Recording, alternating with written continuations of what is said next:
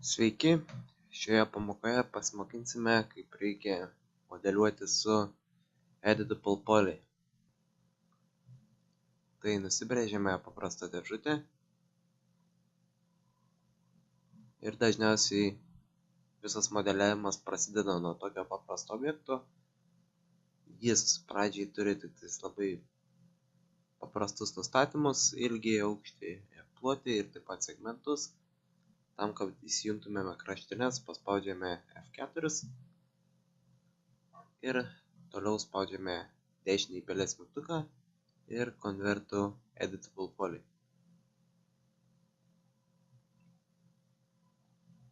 Dabar matome atsidarė didelis nustatymų laukas dešinėje. Šioje pamokoje apžvelgsime Vertex, Edge ir Polygon pasirinkimų būdus. Taigi pradėkime nuo Vertex. Vertex paverčia mūsų visus objekto kraštus taškais, kuriuos galime atskirai judinti.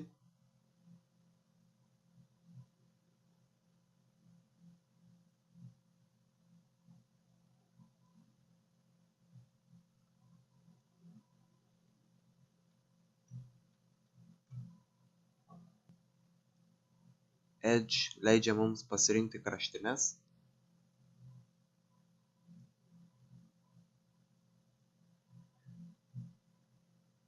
O Polygon leidžia pasirinkti sienas. Taigi, norint pridėti daugiau detalių mūsų objektui, mes tai galime atlikti įvairiais būdais. Vienas iš jų yra Extrude. Pasižymiu Extrude ir tiesiog su kairiu pelės mygtuku pažymėję mūsų sieną keliame į viršų. Tai nėra objekto didinimas, o dadėjimas papildomos geometrijos. Todėl, kaip matome, čia vis tiek išlieka mūsų kraštinė, kurią mes galime visiškai modifikuoti. Taip pat galime atlikti su sienomis, jas galime ištraukti laukan ar kišti į vidų. Ir kiekvieną kartą atlikus tokias operacijas mums bus dadedamos papildomos šios linijos, kurios yra skirtos didesniam valdymui.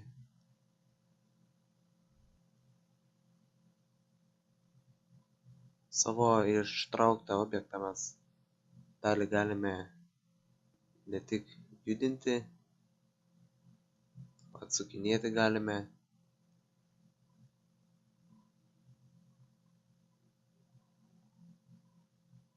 Galime ir didinti.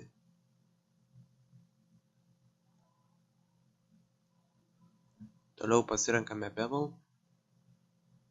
Bevel yra panašus kaip Extrude. Taip pat galime iškelti, tačiau atleidus mygtuką mums leidžia objektus išlenkti į vidų ar į išorę. Bevel kaip ir Extrude veikia tiek į viršų, tiek ir į vidų objektų ir galima padaryti įlenkimus.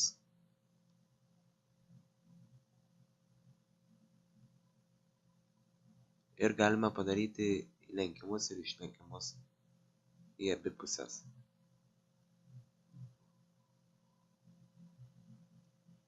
Toliau kitas įrankis yra Inset. Jis leidžia pasižymėjus sieną, nemodifikuojant jos išorės dar, pasižymėti tam tikrą dalį.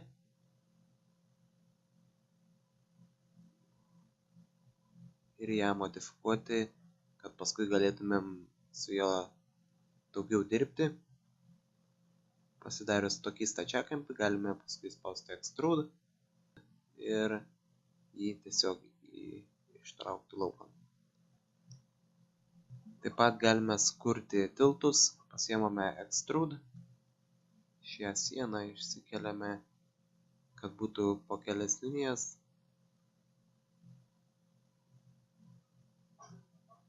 Ir dabar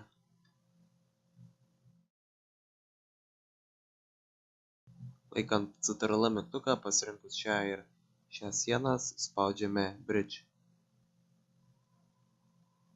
Matome, mūsų objektai yra sujungti, nors čia jie gavosi negražiai dėl bevel įrankio, tačiau matote, kad tai veikia.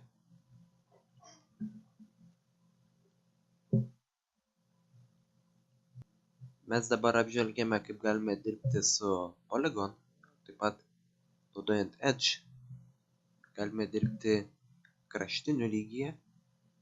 Pavyzdžiui, paspaudus ring bus pažymimas visos lygiagrečiai kraštinės, o loop sujungia kraštinių galus iki tol, kol jis sutinka daugiau negu vienos kraštinės susidūrimą. Dabar pasižymime ring ir jeigu norime įdėti dar papildomų čia linijų, mes galime spausti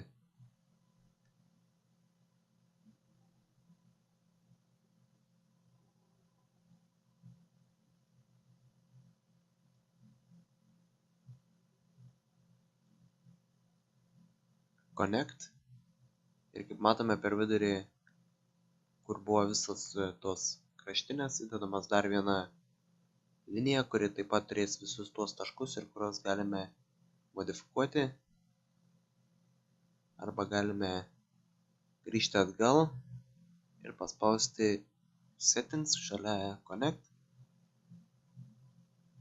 ir nustatyti, kiek norime papildomų linijų, kokie jų tarpai ir kur jos randasi, taip turėdami dar didesnį pasirinkimą.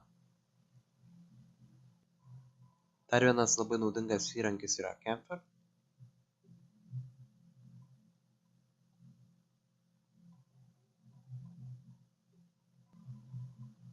Ir taip pat šis įrankis, taip pat kaip ir visi kiti, galime pasižymėti settings ir turėti daugiau pasirinkimų.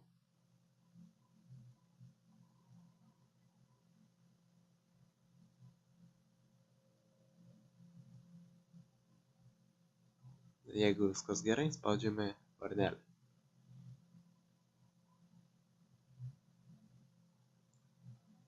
Šis įrankis taip pat veikia ir ant vertex lygio. Mes galime kiekvieną tašką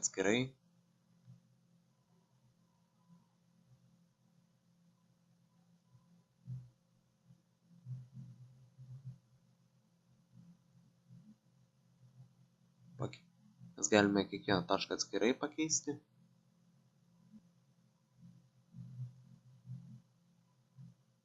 Taip pat mes galime priversti šios taškus sudėtinėti mūsų kraštinėmis.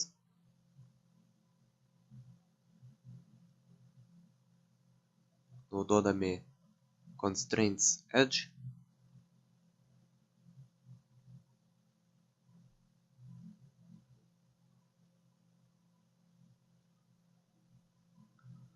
Baigus tai daryti, visada paspauskite none.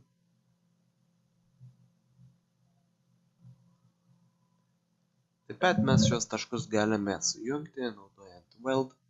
Tiesiog reikia pasižymėti daugiau negu vieną tašką ir paspausti weld settings ir nustatyti,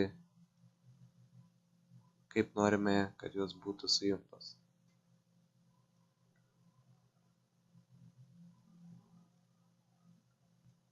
Arba patogesnis būdas yra target weld, kur mes pasirenkame vieną tašką, o po to antrą ir jie automatiškai yra sujungiami.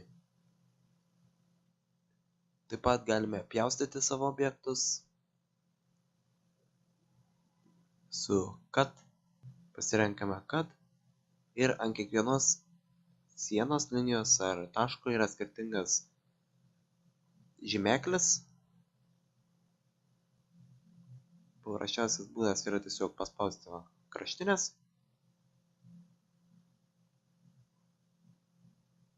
Ir kaip matome, jisai automatiškai bando sujungti su tam tikrais taškais, kurdami naujus papildomus taškus, kuriuos paskui galime visada modifikuoti.